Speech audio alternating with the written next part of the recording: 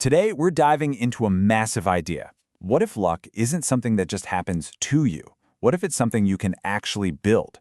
We're going to break down the literal equation for engineering your own good fortune.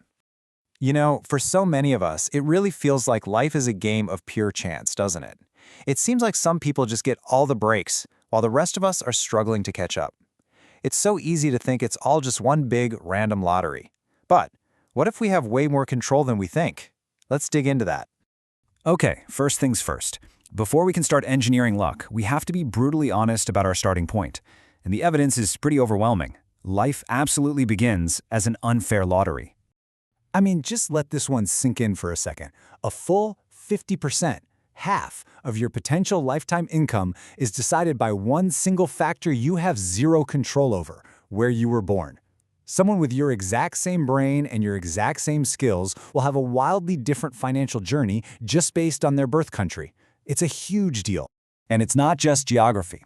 Another thing we don't really control, our appearance, also translates into cold, hard cash. Yep, studies show there's a measurable, pretty premium. On average, attractive women pull in 8% more and attractive men 4% more than their peers. It's a bit uncomfortable to talk about, but it's a real bias in the world. And the list just keeps on going. The source material points out all sorts of things. If you're born early in the year, you get a developmental head start in school. If you have a simple, easy-to-say name, you have a slight advantage. Even your natural knack for math can put you on a different path from day one. So yeah, the game is definitely not fair at the start.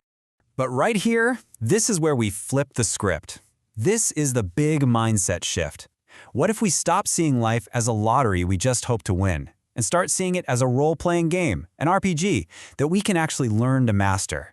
That changes everything. Suddenly the controller is back in our hands. So, if life is a game, that means it has rules, and it has strategies. So let's crack open the strategy guide, the equation for good luck.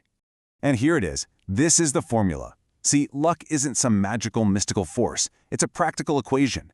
It's the result of your action, your diversity, and your observation. All of that multiplied by your resilience. Let's break down what each of those actually means. So, the first variable in our luck equation is diversity. In our big life RPG, this is all about exploring the entire map. You can't just stay in the starting village. If you want to find those hidden quests and secret opportunities, you gotta venture out into new territory. Now, this part is fascinating. We usually think success comes from having a few really deep, powerful connections. But what the source finds is that lucky people tend to build wide and, relatively shallow networks. They know a bunch of people from all different walks of life. This just massively increases the surface area for serendipity, for some random chat to spark a brilliant idea or open a door you didn't even know existed. And the best part is, you don't have to become some master networker overnight. Here are some super simple, low-stakes side quests you can start this week. Literally, just say hi to the cashier, call up an old friend. The whole point is to just gently push the edges of your social circle and create more chances for those lucky moments to happen. Okay, next up in our equation, observation. Exploring the map is step one, but you also have to be able to see the clues and the opportunities that everyone else is walking right past. This is the real key right here. Opportunity almost always hides inside of frustration. Just listen to what people around you are complaining about. The guy who created the Source channel, he said he started it simply because he couldn't find good podcast summaries of the books he wanted to read. He saw a common problem and bam, there was the opportunity. Your next big idea might be hidden in the daily gripes of your friends.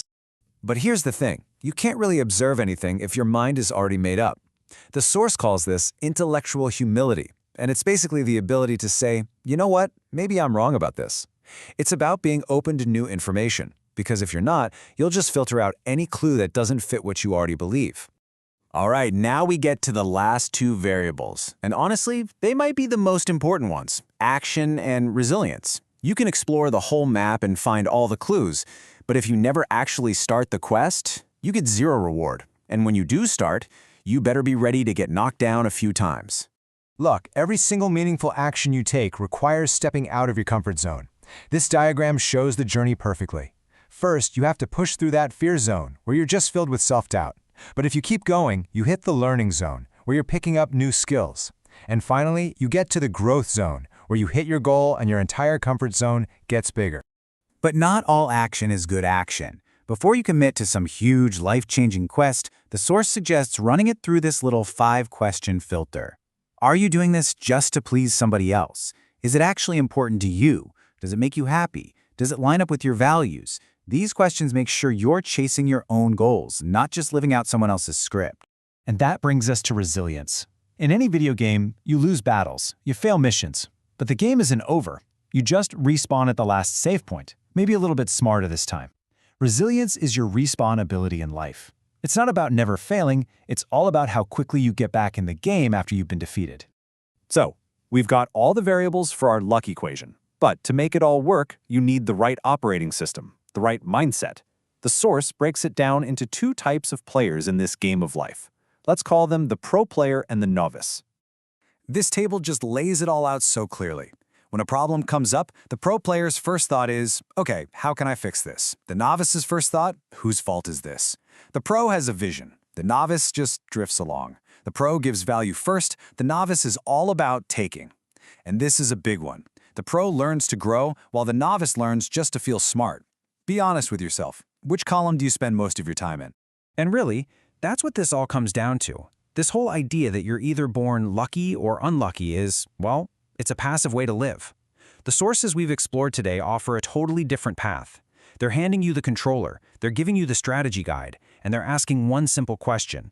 Now that you know the rules, how are you going to play the game?